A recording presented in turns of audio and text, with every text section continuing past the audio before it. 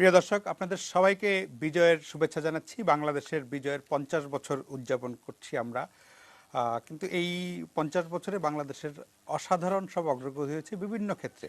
বাংলাদেশ যখন স্বাধীন হয়েছিল তখন অনেকেই বাংলাদেশের এই স্বাধীনতাকে ঠিক মেনে নিতে পারেননি। তারা বলেছিলেন যে বাংলাদেশ টিকতেই পারবে না। মার্কিন যুক্তরাষ্ট্রের তখনকার পররাষ্ট্রমন্ত্রী হেনরি কিসিঞ্জার বাস্কেট কেস বলে উপহাস করেছিল। কিন্তু আজকে 50 বছর পরে তাদের মুখ বন্ধ হয়ে গেছে এবং বাংলাদেশ অসাধারণ গতিতে অগ্রগতি অর্জন করছে। বাংলাদেশ ইতিমধ্যে উন্নয়নশীল দেশ থেকে স্বল্পোন্নত দেশ থেকে উন্নয়নশীল দেশের কাতারে উন্নীত হয়েছে। বাংলাদেশের মাথাপিছু আয় বেড়েছে, সব খাতে বাংলাদেশের অগ্রগতি হয়েছে। এবং সেটার যদি আমরা অন্য সব খাত বাদ দিয়ে আজকে যে বিষয়ে কথা বলবো, চিকিৎসা, বাংলাদেশের চিকিৎসা খাতে কতটা অগ্রগতি হলো সেটা নিয়ে আমাদের আলোচনা। যদিও এ নিয়ে কিছুটা বিভ্রান্তিও আছে, এখনও অনেক লোক আছেন যারা চিকিৎসার জন্য ব্যাংকক, সিঙ্গাপুর না হলেও পাশের দেশে ছুটে যান। অনেকে আছে যাদের জ্বর হলেও তারা সিঙ্গাপুর চলে যান, সেটা আলাদা কথা। কিন্তু সাধারণ মানুষের অনেকেও আমরা বাইরে যেতে দেখি। কিন্তু বাস্তবতা হলো বাংলাদেশে অনেকগুলো খাতে এখন উন্নত মানের, একদম পর্যাপ্ত যা চিকিৎসা দরকার সেটা আছে। সেই কখনো কখনো সঠিক তথ্যের অভাবে, কখনো কখনো মানুষের পুরনো যেই জানা যে দেশের বাইরে অনেক ভালো চিকিৎসা হয়, সেই কারণে অনেকেই হয়তো বাইরে চলে যান।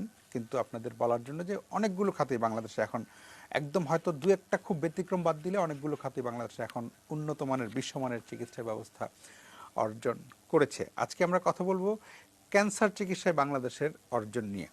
ক্যান্সার বিষয়টি শুনলেই আমরা যে কোনো মানুষ ক্যান্সার শুনলেই আমরা একটু ভয় পেয়ে যাই, মনে করি যে ক্যান্সার হলে আর এই রোগের কোনো অ্যান্সার নেই এবং এই রোগের কোনো চিকিৎসা নেই, মৃত্যু ছাড়া কোনো উপায় নেই, এমন একটা ধারণা গ্রামে গঞ্জে এমনকি শহরেও অনেক অনেক ছড়িয়েছে।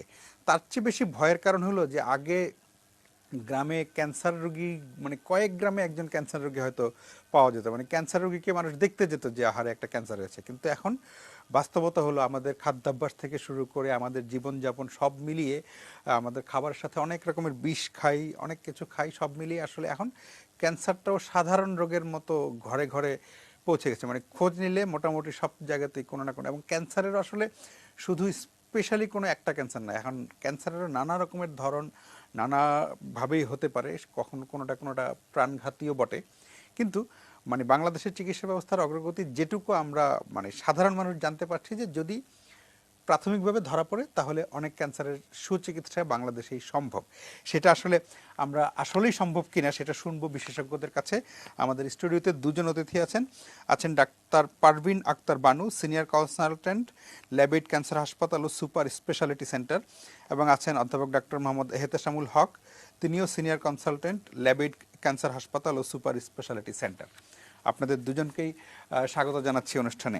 ডক্টর এহতেশামুল হক, আপনাকে দিয়ে শুরু করি। এবং এই অনুষ্ঠানে আপনি একাধিকবার আগে এসেছেন, ফলে আপনার কাছে একটু জেনে নিই যে বাংলাদেশে এখন ক্যান্সারের পরিস্থিতিটা কি, চিকিৎসা বা অর্জনগুলো আমরা আরেকটু পরে ধাপে ধাপে আলোচনা করব। এমনিতে সামগ্রিকভাবে মৃত্যুর হার বা ঝুঁকি, সংখ্যা ইত্যাদি মিলে ক্যান্সারের পরিস্থিতিটা কি বাংলাদেশে? আচ্ছা, আমি প্রথমে মুক্তিযুদ্ধের আজকে যে 50 বছর বিজয়ের আমাদের এই পর্যায়ে আমি আমাদের মহান মুক্তিযুদ্ধের যে শহীদ ওনাদের প্রতি শ্রদ্ধা জানিয়ে এবং আমাদের বিজয়ী মুক্তিযোদ্ধা যাদের আছে তাদের প্রতি শ্রদ্ধা জানিয়ে এবং আমাদের জাতির পিতা বঙ্গবন্ধু শেখ মুজিবুর রহমান ওনার প্রতি আমাদের কৃতজ্ঞতা জানিয়ে আমি আজকের এই 50 বছর পূর্তিতে আজকের যে আলোচনা, যে ক্যান্সার চিকিৎসার অগ্রগতি, এটা নিয়ে কথা বলার আগে যে প্রেক্ষাপট হিসেবে আপনি যেটুকু বললেন যে ব্যাপারটা, যে বাংলাদেশের ক্যান্সার পরিস্থিতিটা কি, আসলে এখন বাংলাদেশের ক্যান্সারের পরিস্থিতিটা হচ্ছে দিন দিন ক্যান্সারের ইনসিডেন্স অথবা যে সংখ্যা এটা বেড়ে যাচ্ছে। আমাদের নিজস্ব কোনো পরিসংখ্যান নাই, কিন্তু যে পরিসংখ্যানগুলো আমরা বিভিন্ন সোর্স থেকে পাই তাতে দেখা যাচ্ছে প্রতি বছর প্রায় 2 লাখের মতো নতুন রোগী আমাদের এখানে অ্যাড হয়। তো এই যে 2 লাখ নতুন রোগী অ্যাড হচ্ছে এবং এর সাথে আমাদের পুরনো রোগী, এটা মিলে কিন্তু ক্যান্সারের যে বার্ডেন, এটা কিন্তু একটা বিশাল একটা বোঝা হিসেবে আমাদের আমার স্বাস্থ্য ধারণা, ব্যবস্থা। একটু আপনাকে থামাই, আপনি যে 2 লাখের কথা বললেন, আমার ধারণা সংখ্যাটা আরেকটু বেশি হবে, কারণ ডিটেক্ট হয় না এমন অনেকে হয়তো ক্যান্সার শরীরে নিয়ে বসে আছে কিন্তু আপনাদের কাছে বা আপনাদের ওই পরিসংখ্যানের আওতায় আসে না, অনেকে ধরতেই পারে না, যে যখন ধরা পড়ে তখন অনেক দূর চলে যায়। জি। তো সেখানে আমরা যেটা বলছিলাম যে আজকে থেকে আমরা যদি আমাদের অগ্রগতি নিয়ে এই পর্যায়ে কথা বলি আর কি, সেটা হচ্ছে আমরা যখন স্বাধীনতা যুদ্ধের পরে আমাদের যেটা বিধ্বস্ত যে দেশের অবস্থা ছিল, তখন আমাদের এখানে ক্যান্সার ডিটেকশনের এমন কোনো সুবিধা ছিল না। আমাদের শুধুমাত্র যে সরকারি কয়েকটা মেডিকেল কলেজ, তার মধ্যে 2টা কি 3টা মেডিকেল কলেজে ক্যান্সার চিকিৎসার বিভাগটা ছিল, অন্য জায়গায় বিভাগটাও ছিল না। এবং ক্যান্সার নির্ণয়ের জন্য যে পরীক্ষাগুলো দরকার হয়, বিশেষ করে আমরা যে হিস্টোপ্যাথোলজিক্যাল এক্সামিনেশন বলি, এটা তখন প্রায় ছিল না বললেই চলে। কিন্তু আজকে এই 50 বছর পরে আমাদের এমন একটা পর্যায়ে আমরা যাচ্ছি যে 3টা ইম্পর্টেন্ট অগ্রগতি দিয়ে আমি এই জিনিসটা আলোচনায় নিয়ে যেতে চাচ্ছি। সেটা হচ্ছে যে প্রথম হচ্ছে যে আমরা এই বছরেই আমরা একটা প্রজেক্ট আমাদের মাননীয় প্রধানমন্ত্রী শেখ হাসিনা এবং আমাদের মাননীয় স্বাস্থ্যমন্ত্রীর নেতৃত্বে যেটা হচ্ছে যে একটা প্রজেক্ট হচ্ছে, এই প্রজেক্টের আওতায় আমাদের 64টি জেলায় ক্যান্সার সেন্টার হবে। এতে করে ক্যান্সার নির্ণয়টা কিন্তু আমাদের দ্রুত আরো হয়ে বেড়ে যাবে। যাবে, নাম্বার 1। তখন সংখ্যাটা কিন্তু অনেক বেড়ে যাবে। তখন আমরা প্রকৃত সংখ্যাগুলো আরো বেশি পাবো। নাম্বার 2 হচ্ছে এই বছরেই আমাদের এখানে ক্যান্সারের যে সর্বশেষ ড্রাগ, যেগুলো ইমিউনোথেরাপি বলি, আমাদের একটা বেসরকারি কোম্পানি এই ড্রাগটা কিন্তু বাংলাদেশে উৎপাদন করছে, যেটা একসময় আমাদের কাছে অবিশ্বাস্য বলে মনে হচ্ছিল যে কোনোদিন আমরা পারবো কিনা আমরা জানতাম না।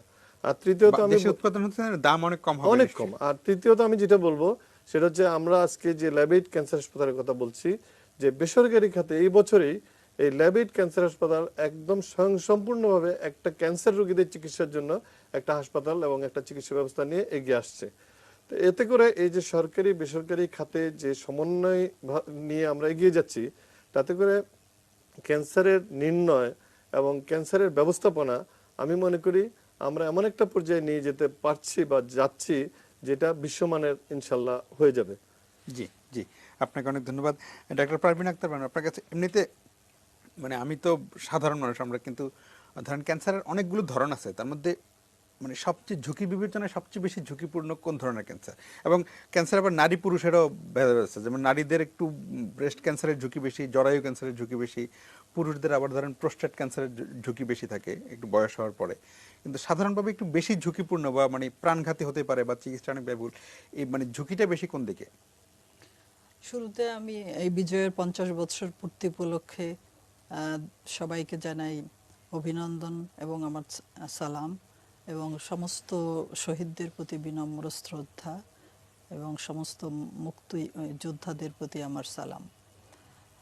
আপনি যে প্রশ্নটা করেছেন তার আগে আমি যদি একটু দুইটা সেন্টেন্সে হিস্ট্রিটা আবার একটু ফিরে যাই, যে আসলে আমরা বাংলাদেশের হিস্ট্রিতে ক্যান্সার ট্রিটমেন্ট প্রথম কিন্তু কুমুদিনীতে শুরু হয়েছিল 1953-তে একটা কোবাল্ট মেশিন দিয়ে। তারপরে 1958 or 59-এ ঢাকা মেডিকেল কলেজে একটা কোবাল্ট মেশিন, জানেন, যেটা দিয়ে রেডিওথেরাপির সাহায্যে ক্যান্সার চিকিৎসা করা হয়। ক্যান্সার চিকিৎসা তো সার্জারি, রেডিওথেরাপি, কেমোথেরাপি 3টা ওয়েতে করা হয়। তারপরে একটা দীর্ঘ সময় চলে গেছে, তেমন কোনো অগ্রগতি হয়নি। হ্যাঁ, কিছুটা মানে বলা যায় স্থবির ছিল ক্যান্সার চিকিৎসা। শেষে ক্যান্সার ইনস্টিটিউট, NICRS যেটা আমরা বলি, মহাখালী ক্যান্সার ইনস্টিটিউট, এটা শুরু করলো 1996-এ প্রথম কোবাল্ট মেশিন দিয়ে। তারপরে 2006-এ লিনিয়ার অ্যাক্সেলারেটর নামে যে মেশিন নিয়ে আসলো। তার আগে প্রাইভেট সেক্টরেও ডেল্টা হসপিটাল নিয়ে আসছিল। জি জি। তো এইভাবে আর কি, যখন লিনিয়ার অ্যাক্সেলারেটরটা আসলো তখন একটা গতি পেল। হ্যাঁ, আমরা সেই 2D থেকে 3D, মানে আমাদের ট্রিটমেন্টের মানে অগ্রগতি, উন্নতি হলো। তারপরে আসি আপনার প্রশ্নে যে কোন ক্যান্সার মহিলাদের বা ইয়েদের বেশি হয়। যেমন আমরা জানি যে আমাদের দেশে জরায়ুর ক্যান্সার এবং ব্রেস্ট ক্যান্সারটা বেশি হয়। এখন দেখা যাচ্ছে জরায়ুর ক্যান্সারটাকেও মানে ইয়ে করছে, সব কি বলবো, ওভারটেক করে ব্রেস্ট ক্যান্সারটা বাড়ছে। মেবি আওয়ার লাইফস্টাইল এর যে একটা রোল আছে, ব্রেস্ট ক্যান্সার এখন যথেষ্ট বেশি। মহিলাদের ক্যান্সারের মধ্যে অ্যাবাউট 23-25% কিন্তু ব্রেস্ট ক্যান্সার। তারপরে আসছে জরায়ুর মুখের ক্যান্সার। তারপরে আমাদের দেশে liver cancer, stomach cancer, oesophagus, head neck, lung, এসব। হেড নেকটাকে আগে আনতে হবে। মহিলাদের জরায়ু, ব্রেস্টের পরেই কিন্তু হেড নেক ক্যান্সার, কারণ এই যে পান, তারপরে তামাক, যেগুলো চিউইং টোবাকো আর কি, এগুলোর জন্য ওরাল ক্যাভিটি ক্যান্সার, হ্যাঁ হ্যাঁ হ্যাঁ, গুল, এগুলো খুব ইয়ে করে, যার জন্য মানে হেড নেক রিজিয়নের ক্যান্সারটা গলাতে একদম ঝুঁকিটা বেশি হয়ে যায়। জি। তারপরে পুরুষদের কথা যদি বলি তাহলে লাং ক্যান্সারটা প্রথম আসে, তারপরে হেড নেক ক্যান্সারটা। হেড নেক ক্যান্সারের যথেষ্ট প্রিভ্যালেন্স, সেটাও টোবাকো রেসপন্সিবল ফ্যাক্টর। তারপরে আমাদের দেশের পলিউশন, এগুলো লাং ক্যান্সারের জন্য। তারপরে food habit, stomach cancer, infective aetiology যেগুলা আমাদের দেশে, যেমন স্টোমাক ক্যান্সার, লিভার ক্যান্সার, তারপরে আপনার হেড নেক ক্যান্সারও দায়ী। এইগুলা আমাদের দেশে কিন্তু বেশ বেশি, এবং থার্ড ওয়ার্ল্ড কান্ট্রিতেই বেশি। ইনফেকশন একটা বড় কারণ কিন্তু ক্যান্সারের। সেটা তো বোধহয় আমাদের মানে পরিচ্ছন্ন না থাকা, মানে হ্যাঁ, এটা একটা ব্যাপার হ্যাঁ, আছে। হ্যাঁ।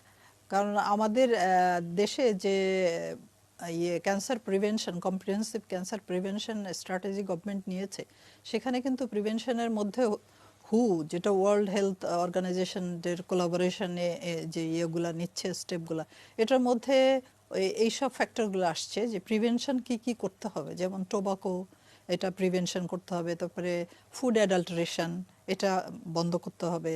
তারপরে ওয়ার্কিং এনভায়রনমেন্টটা উন্নত করতে হবে। তারপরে এখন ধরেন এই যে এডুকেশন, রাস্তাঘাটে ধুলাবালি, তো আপনার ধুলাবালি, মানে অনেক হ্যাঁ, ধোঁয়া যখন হবে, হ্যাঁ, ধুলাবালি হ্যাঁ, হবে আপনার এই মানে লাং ক্যান্সারের ডাস্ট জন্য। ফিউমস, জি। তারপরে এই যে বললাম ফুড হ্যাবিট, তারপরে এক্সারসাইজ, তারপরে স্থূলতা, এগুলা প্রিভেন্ট করলে আর কি করার কথা বলা হয়েছে, যে অ্যাকশন প্ল্যান নেওয়া হয়েছে, সেগুলোতে এগুলো প্রায়োরিটি দেওয়া হয়েছে, যে এগুলা করলে, যেহেতু গভর্নমেন্ট এনসিডি অ্যাক্টে সিগনেচার করেছে non communicable disease prevention, by the year of 2030 আমাদের 1/3 নন কমিউনিকেবল ডিজিজ কমাতে হবে, মানে ক্যান্সার রিলেটেড মরবিডিটি, মর্টালিটি কমাতে হবে। নন কমিউনিকেবল ডিজিজ যেমন hypertension, stroke, diabetes, kidney disease, এগুলোর সাথে ক্যান্সারও আছে। তো এগুলা আমরা ওই মানে প্যাক্টের সাথে ওয়ার্ল্ড হেলথ অর্গানাইজেশন এবং ইউনাইটেড নেশনসের আন্ডারে আমাদের একটা মানে ফর্মুলেশন হয়েছে যে আমরা এটা এইভাবে প্রিভেনশন করব, এবং সেজন্য বিভিন্ন স্ট্র্যাটেজি নেওয়া হয়েছে। এবং তার আওতায় কিন্তু ব্রেস্ট ক্যান্সার এবং জরায়ুর মুখের cancer prevention, oral cancer also, এটার প্রিভেনশন স্ট্র্যাটেজিটা খুব স্ট্রংলি নেওয়া হয়েছে। একটা জিনিস আপনার আমি কথা একটু শুনতে শুনতে সাপ্লিমেন্ট করতে যাচ্ছি। জি, জি, জি। আমাদের যে আমরা যে মুজিব বর্ষ যেটা পালন করছি এবার বা গত বছর থেকে, এই মুজিব বর্ষে কিন্তু একটা প্রোগ্রামই ছিল যে ব্রেস্ট ক্যান্সার স্ক্রিনিং বা অ্যাওয়ারনেসটা এটা কিন্তু একটা প্রোগ্রামের মধ্যে ছিল। এবং ওইভাবে কিন্তু ম্যাডাম যেটা বলছিলেন, ডক্টর ম্যাডাম, যে আমরা ক্যান্সার প্রিভেনশন বা প্রিভেন্টিভ বা অ্যাওয়ারনেস বাড়ানো, এটাও কিন্তু একটা পর্যায়ে এখন আমরা আগের তুলনায় অনেক বেটার অবস্থায় আছি, অনেক বেটার অবস্থায় আছি। আপনার কথা শুনতে শুনতে আমার যেটা মনে হচ্ছিল যে ধরেন আমি এমনিতে সাধারণভাবে প্রচারণা, টেলিভিশন, পত্রিকা দেখলে ব্রেস্ট ক্যান্সার এবং জরায়ু মুখের ক্যান্সার নিয়ে যত আলোচনা হয়, কিন্তু অন্য অনেকগুলো বিষয় নিয়ে কিন্তু অত আলোচনা হয় না। যেমন এই যে ধরেন আপনি যেটা হেড নেকের কথা বলছিলেন, গ্রামের মহিলারা কিন্তু নিশ্চিন্তে বসে পান খাচ্ছেন, জর্দা খাচ্ছেন, গুল নিচ্ছেন, ইত্যাদি নিচ্ছেন, এবং প্রচারণা কিন্তু ওই অর্থে নাই। কিন্তু আমি পত্রপত্রিকা বা টেলিভিশনে দেখলে কিন্তু ব্রেস্ট ক্যান্সার, তারপরে জরায়ু মুখের ক্যান্সার নিয়ে কিন্তু অনেক আলোচনা, সচেতনতা ঠিক ইত্যাদি হয়। বলেছেন। সেইখানে কি একটু মানে ঘাটতি থেকে যায়? কারণ ক্যান্সার যখন হবে তখন এমন না যে হেড নেক ক্যান্সার হলে কম ঝুঁকিপূর্ণ, ব্রেস্ট ক্যান্সার বেশি বেশি Not ঝুঁকিপূর্ণ, at all. একই তো রকম। একই রকম। ফলে ওইখানে কিন্তু একটু সচেতনতা কম হয় না, বোধহয়। আমি মনে করি যে আপনি ঠিক বলেছেন, এবং এখানে আমাদের প্রচারণা এবং মিডিয়ারও একটা রোল থাকা দরকার, যে এই ক্যান্সারগুলো কেন হয়, এই রিলেটেড কজগুলো সম্পর্কে জনগণকে ওয়াকিবহাল করা, এটা একটা বড় ইয়ে। তারপরে আপনার ইনফেকশনের কথাগুলো বললাম, যে স্টোমাক ক্যান্সার বা লিভার ক্যান্সার, যেমন হেপাটাইটিস বি, সি ভাইরাস দিয়ে যে লিভার ক্যান্সার হয়, এবং হেপাটাইটিস বির ভ্যাকসিন যে আমাদের দেশে অ্যাভেলেবল, এই ভ্যাকসিনটা সবাইকে নেওয়া উচিত। তো এগুলা, তারপরে জরায়ু ক্যান্সারের ভ্যাকসিনের পাইলট প্রোগ্রাম তো শেষ হয়ে গেছে। এটা যদি আমরা মানে আমাদের ইপিআই এর মধ্যে নিয়ে আসি এবং সব মেয়েদের 9 থেকে 13 বছরের মধ্যে যদি দেওয়া যায়, তাহলে আমরা এটা কিন্তু পরের ঝুঁকিটা অনেক ইরাডিকেট করতে পারবো জরায়ু কিন্তু ক্যান্সারটা। বাংলাদেশে কিন্তু আমরা ইপিআই এর মাধ্যমে অনেকগুলো রোগ কিন্তু একদম চিরতরে আমরা মানে হারিয়ে ফেলতে পেরেছি। সেক্ষেত্রে কিন্তু এটা আপনি যেটা বলেন, এটা কিন্তু খুবই সম্ভব যে যদি ইপিআই কর্মসূচির মধ্যে জরায়ু মুখের ক্যান্সারের ভ্যাকসিনটা দিয়ে দেয়, তাহলে কিন্তু এক পর্যায়ে গিয়ে আমরা 5-7 বছর পরে বলতে পারবো যে বাংলাদেশে আর জরায়ু মুখের ফার্স্ট ওয়ার্ল্ড কান্ট্রির মতো একদম এটা করা সম্ভব। জনাব এহতেশামূলক একটা জিনিস আপা কিছুটা বলছিলেন, আমি যেমন বলছিলাম, আমার কিন্তু এটা কোনো পরিসংখ্যানের কথা না, সাধারণ জ্ঞানের কথা, যে আগে ছেলেবেলায় আমরা মানে ক্যান্সার রোগী আশেপাশের 5-10 কিলোমিটার মধ্যে হয়তো খুঁজে একজন পাওয়া যেত। এখন কিন্তু একদম মানে আমি আপনার কাছে ঘরে রোগী ঘরে পাঠাচ্ছি, ঘরে ঘরে হয়। জি, জি। এই যে বেড়ে যাওয়া, আপা কিছু কিছু কারণ বলেছেন, আমাদের ফুড হ্যাবিট, পরিবেশ ইত্যাদি ইত্যাদি, আপনার মানে পর্যবেক্ষণে কি বলে, মানে বেড়ে যাওয়ার কারণ কি? আসলে এখানে আমরা যদি মানে আমাদের ইপিডেমিওলজিক্যাল অ্যাসপেক্ট থেকে দেখি, তাহলে প্রথম হচ্ছে পপুলেশন যত বাড়বে ইনসিডেন্স বাড়বে, এটা একটা জিনিস। আর 2 নম্বর হচ্ছে আমাদের কিন্তু ডায়াগনস্টিক এইডস অথবা ফেসিলিটিস বাড়ছে, এটাও কিন্তু আমাদের পজিটিভ কেসগুলোকে আরো বেশি নিয়ে আসছে। আর ইটিওলজির কথাগুলো তো ম্যাডাম বললেন, এগুলো আমি রিপিট করতে চাচ্ছি না, হ্যাঁ, রিপিট নতুন করলে সমস্যা, ইটিওলজি দিয়েও বাড়তেছে। তো সুতরাং এই নানা কারণেই আসলে ক্যান্সারের সংখ্যাটা বাড়ছে আর কি। কিন্তু আমাদের যেটা অর্জন, যেটা নিয়ে আমরা একটু কথা বলবো, সেটা যদি আমরা একটু ধরে ধরে বলি আর কি, তাহলে প্রথম কথা হচ্ছে ক্যান্সার চিকিৎসার জন্য আমাদের প্রতিষ্ঠানগুলোকে আমরা কিভাবে ডেভেলপ করছি। স্বাধীনতার সময় বা স্বাধীনতার পরবর্তী সময় যেটা ম্যাডাম বললেন, সেই কুমুদিনী দিয়ে শুরু, ঢাকা মেডিকেল, কিন্তু পরবর্তীতে আজকে এই মুহূর্তে আমার কাছে যে ডাটা আছে তাতে করে আমাদের 23টা সেন্টার আছে যেখানে রেডিয়েশন ট্রিটমেন্টটা আমরা ক্যান্সারের জন্য করতে পারি। এবং এই 23টার মধ্যে 12টা হচ্ছে গভর্নমেন্টের আর 11টা হচ্ছে আমাদের প্রাইভেট। এবং 11টার মধ্যে আমি খুব স্ট্রংলি বলতে পারবো, কনফিডেন্টলি, যে কিছু কিছু সেন্টারে আমরা বিশ্বমানের রেডিওথেরাপি করতে পারি। বিশেষ করে ধরেন আমাদের ল্যাবিড ক্যান্সার হাসপাতালে আমরা আমি অলরেডি শুনেছি, আমরা যেটা ধরেন রেডিয়েশনের যেটা এসআরএস বা রেডিওথেরাপি সার্জারি অথবা আপনার আইএমআরটি, ভিম্যাট, এই ধরনের যেগুলো স্পেসিফিক কাস্টমাইজ রেডিয়েশন, এগুলো করা সম্ভব। সুতরাং এটা একটা বিশাল অর্জন। আজকে স্বাধীনতার 50 বছর এসে আমরা কিন্তু রেডিয়েশনের জন্য কোনো রোগীকে আর বাইরে রেফার করতে চাই না বা করি না, যেটা আজকে থেকে 10 বছর আগে আমাদেরকে করা লাগতো, যে এটা ছিল না। এখন 2 নম্বরে আসে ওষুধের ব্যাপারটা। একটা সময় ছিল, আমি যখন নিজেই প্র্যাকটিস শুরু করি 1996-এ, তখন কেমোথেরাপির যে একটা নর্মাল ড্রাগ সিসপ্ল্যাটিন, এটাও বাইরে থেকে ব্যাগে ভরে নিয়ে আসতে হতো অথবা আমদানি করতে হতো। কিন্তু আপনি শুনলে অবাক হবেন বা খুবই খুশি হবেন যে এখন প্রায় 200-এরও বেশি ক্যান্সারের ওষুধ আমাদের বাংলাদেশি কোম্পানিগুলো উৎপাদন করে, এবং এগুলো দিয়ে আমাদের দেশীয় চাহিদা পূরণের পরেও আমরা কিন্তু বাইরে রপ্তানি করতেছি, এবং এই রপ্তানি করে প্রচুর বৈদেশিক মুদ্রা আমরা অর্জন করতে পারতেছি। তারপর 3 নম্বর আসেন ম্যান পাওয়ার। আমাদের ক্যান্সার বিশেষজ্ঞ আজকের থেকে 10 বছর আগে আমরা সারা বাংলাদেশে হাতে গোনা 20 জন 25 জন ডাক্তার কাজ করতাম, কিন্তু এখন আমাদের পরিকল্পনার যে একটা সুফল, তাতে করে আমাদের ন্যাশনাল ক্যান্সার ইনস্টিটিউট সহ অন্যান্য জায়গা থেকে যেভাবে আমাদের পরিবেশন হচ্ছে, তাতে করে আমাদের ক্যান্সার বিশেষজ্ঞের সংখ্যা কিন্তু এখন প্রায় 200-র কাছাকাছি। কিন্তু আমাদের নিড অনেক বেশি। আমাদের নিড হচ্ছে 150টা সেন্টার, সেখানে আমাদের 23টা। আমাদের নিড অনেক বেশি ডাক্তার, সেখানে আমাদের এখনো মাত্র 200 জনের মতো ডাক্তার, বাট আমরা একটা জায়গায় আসতে পেরেছি। তারপরে আসেন ডায়াগনস্টিক। আজকে থেকে ধরেন 10 বছর আগেও আমরা শুধুমাত্র হিস্টোপ্যাথোলজি, এবং এই হিস্টোপ্যাথোলজিটাও কিন্তু আমরা পাইতাম না। আমরা অনেক সময় ফাইন নিডল সাইটোলজি করে একটা রোগীর চিকিৎসা করতাম। কিন্তু আপনি জানেন যে ক্যান্সার চিকিৎসার যে বর্তমান যে আধুনিক প্রযুক্তি, তা বলে টার্গেট ডিটারমাইন করা বা মলিকুলার স্টাডি করা অথবা জেনেটিক স্টাডি করা। মূল কথা হচ্ছে ক্যান্সার সেলের কেন ক্যান্সার হচ্ছে, ওই জিনিসটাকে আরো বেশি একটু মলিকুলার লেভেলে ডিটারমাইন করা। যেই পরীক্ষাগুলো আগে আমাদের হইতো না, আমরা এগুলোর জন্য কিন্তু বাইরে পাঠাতাম বা স্যাম্পল পাঠাতাম, কিন্তু ইন্টারেস্টিংলি আল্লাহর রহমতে গত 1-1.5 বছর 2 বছর থেকে এই ধরনের পরীক্ষাগুলো আমাদের বাংলাদেশে হচ্ছে, এবং আমাদের ল্যাবিড ক্যান্সার হাসপাতালে এই ধরনের পরীক্ষাগুলো আমরা একটা জিনিস আপনার কাছে মানে একদম আমি ফাইনালি যদি বুঝতে চাই যে বাংলাদেশে কোন রকমের ক্যান্সার রোগীর জন্য, মানে কেউ যদি যেতে চায় তাহলে তো আলাদা কথা, কিন্তু কোন রোগ ক্যান্সারের জন্য বিদেশে যেতে হবে না এমন পরিস্থিতি থেকে আমরা পৌঁছেছি নাকি 2-1টা জায়গা এখনো বাকি আছে? না, আমি একটা কথা বলি, অ্যাকচুয়ালি 100% বলে দুনিয়াতে কোথাও কিছু নাই, বাট আমি কোথাও না কোথাও কিছু না কিছু আমাদের মেজরিটি অফ দি পেশেন্টের এই মুহূর্তে বিদেশে যাওয়ার আর কোনো দরকার নাই, because we have expert, we have machines, we have মানে quality drugs, and we have infrastructure.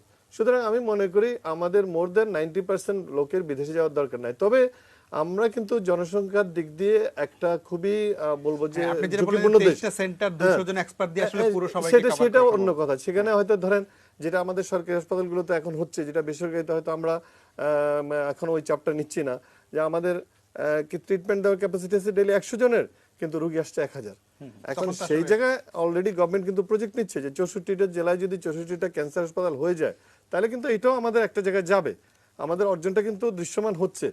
তো সুতরাং আমরা মনে করি যে এই মুহূর্তে চিকিৎসার জন্য, বিশেষ করে কোয়ালিটি চিকিৎসার জন্য দেশের বাইরে 90% লোকের যাওয়ার কোনো যাওয়ার প্রয়োজন দরকার নেই। নেই। হ্যাঁ, কেউ যদি মনের শান্তির কারণে যেতে চান, আমি সেটা- শুরুতে সেটা যেমন আলাদা বললাম যে ব্যাপার, আমাদের হ্যাঁ। অনেক লোক আছে যারা জ্বর হলেও হ্যাঁ, সেটা আলাদা সিঙ্গাপুর ব্যাপার, চলে যান, সেটা আলাদা তাদের কথা ব্যাপার। বলে হ্যাঁ, লাভ নেই। আপা আরেকটা মানে ক্যান্সার যেটা ডক্টর হেতেশাম বলছিলেন যে ডিটেকশন, এটা খুবই আমার কাছে মনে হয় খুব ইম্পর্টেন্ট। কারণ আমরা যখন জানি যে ফোর্থ স্টেজ এরকম যখন শুনি তখন বুঝি যে অবস্থা করে। যেমন বাংলাদেশের সবচেয়ে জনপ্রিয় লেখক হুমায়ুন আহমেদের ক্যান্সারটাও এমন পর্যায়ে গিয়ে ধরা পড়েছিল যখন আসলে আর খুব আমরা মানে হুমায়ুন আহমেদের ওই ক্যান্সারটা যদি ধরেন 1 বছর 2 বছর আগে ধরা পড়তো তাহলে উনি আমাদের মধ্যে এখনো বেঁচে থাকতে পারতেন। তো হুমায়ুন আহমেদের লেভেলের মানে উনি সচেতনতা, শিক্ষা এবং চিকিৎসার সুযোগ সবকিছু মিলে ওনার লেভেলের মানুষও যদি মানে ফোর্থ স্টেজে গিয়ে ধরা পড়ে তাহলে গ্রামের সাধারণ মানুষ তো ধরেন পেট ব্যথাটা ধরে তো গ্রামের পানি পড়া খেয়েই বসে থাকবে, শিখতে করবে না। ফলে এই ডিটেকশনটা তো খুবই গুরুত্বপূর্ণ। এই জায়গাটার আমাদের আসলে ফ্যাসিলিটিসটা কিবা মানে ধরেন একজন মানুষ ধরেন আমি এমনিতে সুস্থ আছি, আমার কখন ডাক্তারের কাছে গিয়ে কি ধরনের টেস্ট করতে হবে? এখন দেখেন কেউ কিন্তু আমাদের দেশে বলেন যেখানেই বলেন নিজের কোনো প্রবলেম না হলে ডক্টরের কাছে সহজে কেউ যেতে চায় না। কিন্তু উন্নত দেশে যে ব্যবস্থাটা আছে সেটা হলো আপনি স্ক্রিনিং এর ব্যবস্থা, যেটা আপনি একটা সার্টেন টাইমে যাবেন এবং স্ক্রিনিং করে আসবেন। সব একটা বয়সের ক্যান্সার, পরে গিয়ে আসলে হ্যাঁ, যাওয়াই উচিত। একটা সব ক্যান্সারের জন্য স্ক্রিনিং এখনো সম্ভব না কোথাও। তবে ব্রেস্ট ক্যান্সার, জরায়ুর মুখের ক্যান্সার, এগুলোর স্ক্রিনিং, তারপরে আপনার লাং ক্যান্সার, এগুলো স্টমাক ক্যান্সার জাপানে যেমন বেশি হতো, তারাও একটা স্ক্রিনিং এর ব্যবস্থা এই ধরনের। বা একটা হেলথ চেক আপ যদি হয়ে যায় তাহলে আপনি যে রেফারেন্সটা দিলেন আমাদের জনপ্রিয় লেখক হুমায়ুন আহমেদের মতো ফোর্থ স্টেজে যেতে হতো না। কারণ যদি কলোনোস্কোপি করার এভরি 5 ইয়ার্সে অথবা 3 ইয়ার্সে কলোনোস্কোপি করা হয় তাহলে ওনার ক্যান্সারটা অনেক আগেই ধরা ডিটেক্ট পড়ে হতো। যেত এবং তাহলে এরকম আমাদের দেশেও এখন স্ক্রিনিং আসছে। এটা তো একটা মানে transition, it's a long way to go. তো এখন আমাদের দেশেও কিন্তু ম্যামোগ্রাম করতে মেয়েরা আসছে, জরায়ুর মুখের প্যাপ টেস্ট করতে আসছে। এই স্ক্রিনিংটা তারাও আস্তে আস্তে অনেকে সচেতন হচ্ছে এবং এমনিতে আসছে। একজন সাধারণ মানুষকে ঠিক কখন কি ধরনের সমস্যা হলে তার উচিত ডাক্তারের কাছে যাওয়া? মানে ধরেন এমনিতে আছে মানে জ্বর বা মানে কি ধরনের সমস্যা হলে একটু সন্দেহ করে বা ডাক্তারের কাছে যাওয়া বা স্ক্রিনিং এ যাওয়ার এখন উচিত? আমরা যে ক্যান্সারের লক্ষণগুলো বলি, যে কারোর যদি একটা ন্যাগিং কাফ কাফ থাকে, মানে একটা কাশি যেটা যাচ্ছে না, তারপরে কোথাও যদি একটা ব্রেস্টে লাম্প থাকে বা ব্রেস্টে কোনো চেঞ্জ থাকে, নিপলের কোনো চেঞ্জ থাকে, সেটা তো বা সে নিজেই রক্ত, অনেক সময় হ্যাঁ হাত হ্যাঁ দিয়ে হ্যাঁ, সেলফ কিন্তু ডিটেকশন অনেক সম্ভব।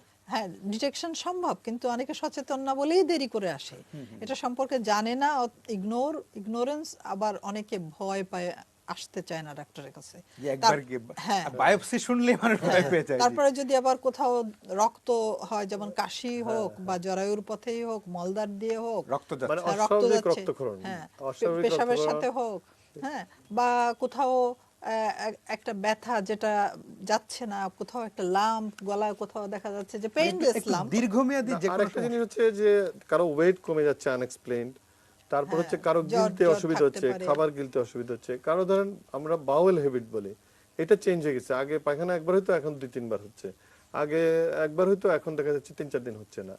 এই ধরনের এই সমস্ত মানে লক্ষণগুলো এনিথিং নিয়ে আনইউজুয়াল যে কোনো আরেকটা হচ্ছে রুটিনের বাইরে কণ্ঠস্বরের চলে গেলে পরিবর্তন। একটা আমরা অনেক সময় বলি যে হঠাৎ করে কারো এই যে গলা ভেঙে গলার স্বর যায়, চেঞ্জ হয়ে যাওয়া। এই ধরনের।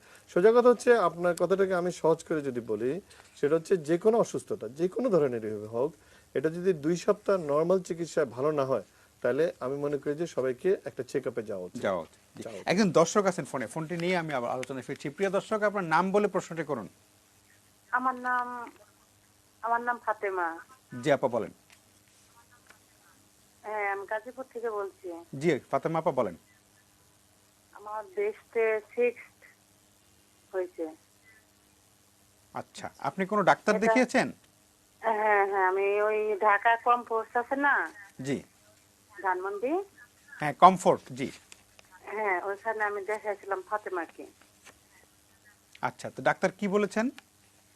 তখন আমার অনেকগুলো টেস্ট দিছিলাম, টেস্ট করছি। তারপরে আনোয়ারা মেডিকেলে ক্যান্সার ভাইরাস আছে কিনা টেস্ট করতে দিছিল, ওটা করছি। পরে বলছে না, আপনার ক্যান্সার নাই। আচ্ছা, মানে আপনার যে সিস্ট আছে সেটি মেলিগন্যান্ট না।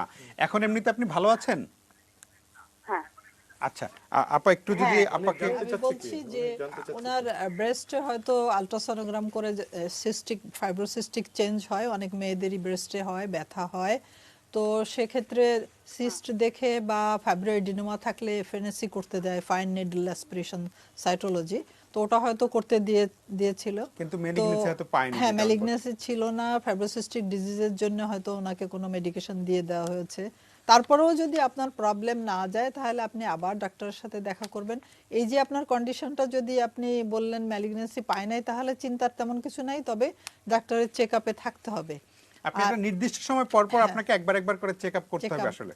করতে হবে। জি। জি আপা, ফাতেমা আপা, থ্যাংক ইউ। আপনি ভালো থাকেন এবং আমি আশা করি যে আপনি মানে ভয় পাওয়ার কিছু নেই, কিন্তু বছরে অন্তত একবার আপনি ডাক্তারের সাথে যোগাযোগ রাখবেনই, যাতে এটা বিপদের দিকে যেতে না পারে।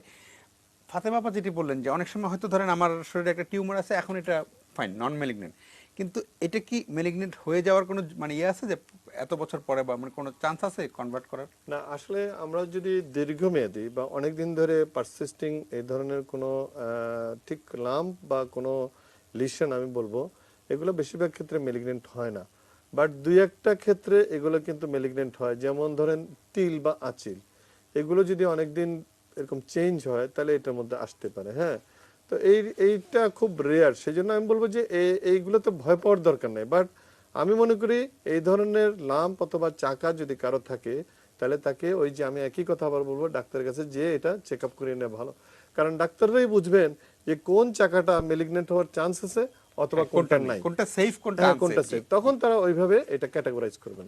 আপা আরেকটা আমরা অনুষ্ঠান শেষ দিকে চলে আসছি, যদি একটা হলো যে আমরা যেটা এতেশামূলক একদম ধরে ধরে বললেন যে আমাদের চিকিৎসা ব্যবস্থা এখন মোটামুটি 90% রোগীকে আমরা বাংলাদেশে চিকিৎসা দিতে পারি, কিন্তু আমার প্রশ্ন হলো যে সেই চিকিৎসা করতে গিয়ে সেই পরিবারটি মানে টাকার অঙ্কে পরিবারটি ধ্বংস হয়ে যাবে কিনা, ব্যয় মানে ব্যয়ের ব্যাপারটা যদি একটু বলি, সেটাও তো মানুষের এমনিতে আমি যেটা ডক্টর এতেশামূল যেটা বললেন যে অনেক ড্রাগ এখন বাংলাদেশে হচ্ছে, ফলে ওইখানে খরচ অনেক কমে গেছে নিশ্চয়ই, কিন্তু সরকারি বেসরকারি পর্যায়ে মিলিয়ে ক্যান্সার চিকিৎসা কতটা আমাদের সামর্থ্যের মধ্যে থাকছে?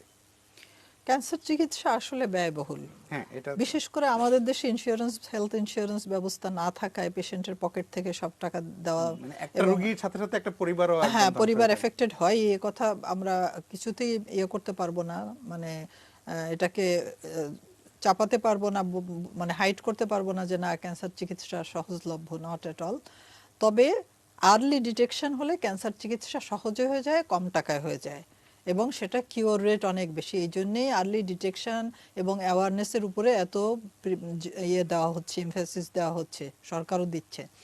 তো আর যদি অ্যাডভান্স স্টেজে হয় তাহলে দেখা যায় যে ক্যান্সার ছড়িয়ে গেছে, ওই চিকিৎসা চলতেই থাকে, হ্যাঁ, অনেক একটা লম্বা সময় হ্যাঁ ধরে একটা থেরাপি, পরিবার রেডিওথেরাপি, অনেকটা কেমোথেরাপি। মানে হয়ে যায়, সত্যি মানে বিপদের মানে মধ্যে একটা চলে যদি যায়। সার্জারি লাগে, তারপরে কেমোথেরাপি, রেডিওথেরাপি, এই দুই তিন হ্যাঁ, ধাপে গেলে আসলে পুরো হ্যাঁ, জিনিসটা তারপরে আবার যদি দেখে ক্যান্সারটা অন্য জায়গায় ফিরে এসেছে, আবার treatment, it is really hard. Hard. তো সেটার জন্য আমি বলবো যে prevention is better than cure, সেই স্ট্র্যাটেজি আমাদেরকে নিতে হবে, যেহেতু আমরা কম্পারেটিভলি গরিব দেশ, আমরা যাতে প্রিভেনশনটাকে মানে বেশি আনতে পারি।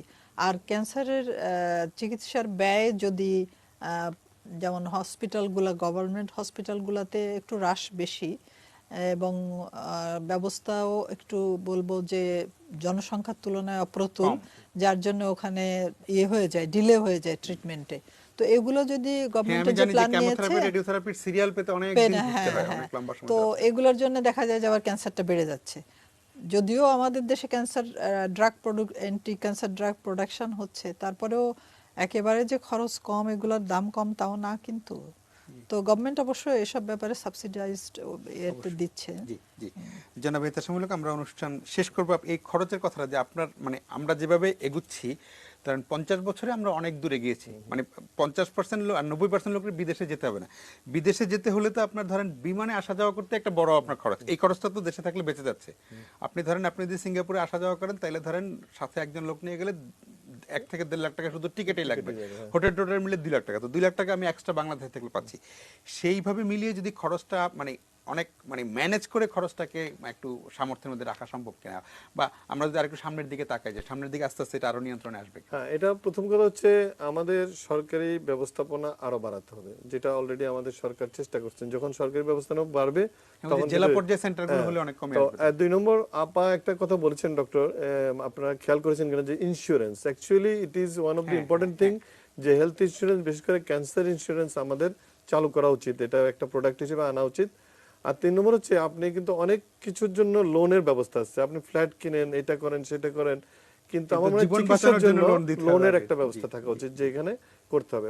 আর হচ্ছে এর পাশাপাশি চিকিৎসার ব্যয়টা কমাতে হবে। ব্যয় কমানোর জন্য আমি এর আগেও প্রস্তাব করেছিলাম যে আমাদের সরকার অলরেডি এটা করছেন, যে আমাদের যে ক্যান্সার রিলেটেড যে ইভেন্টগুলো আছে, যেমন এই যে আমরা যে মেশিনগুলো আনবো, ড্রাগগুলো আনবো, এগুলো কিন্তু ট্যাক্স ফ্রি করে দিতে পারলে আমার মনে হয় যে ওই ক্যান্সার জায়গাতে রোগীদের অনেক করতে খরচ হবে। কমে যাবে। আর পাশাপাশি স্মোকিং এবং ক্যান্সার যেসব কারণে হয় এগুলোর উপরে ট্যাক্স আরো বাড়ায় দিতে হবে, যাতে মানুষ এই মানে প্রিভেনশনটা ইনডিরেক্ট একটা এবং ইফেক্ট আমরা পাই। সচেতনতাও বাড়াতে হবে। ইনডিরেক্টলি আমরা একটু যাতে ওইটা পাই আর কি। তো এইভাবে আমার মনে হয় যে আমরা যদি আরো কম দামে ওষুধ উৎপাদন করতে পারি এবং ট্যাক্স কমিয়ে যদি ওষুধটি আরো কম দামে দিতে পারি, রেডিয়েশন সহ ক্যান্সার হাসপাতালগুলোকে যদি আরো ট্যাক্স মুক্ত করা যায়, করে যদি রোগীদেরকে আরো কম দামে চিকিৎসা দেওয়া যায় এবং মানুষ যদি সচেতন হয়, যদি আর্লি ডিটেকশন করা যায়, তাইলে কিন্তু আমরা কম খরচে রোগীকে ভালো করতে পারবো।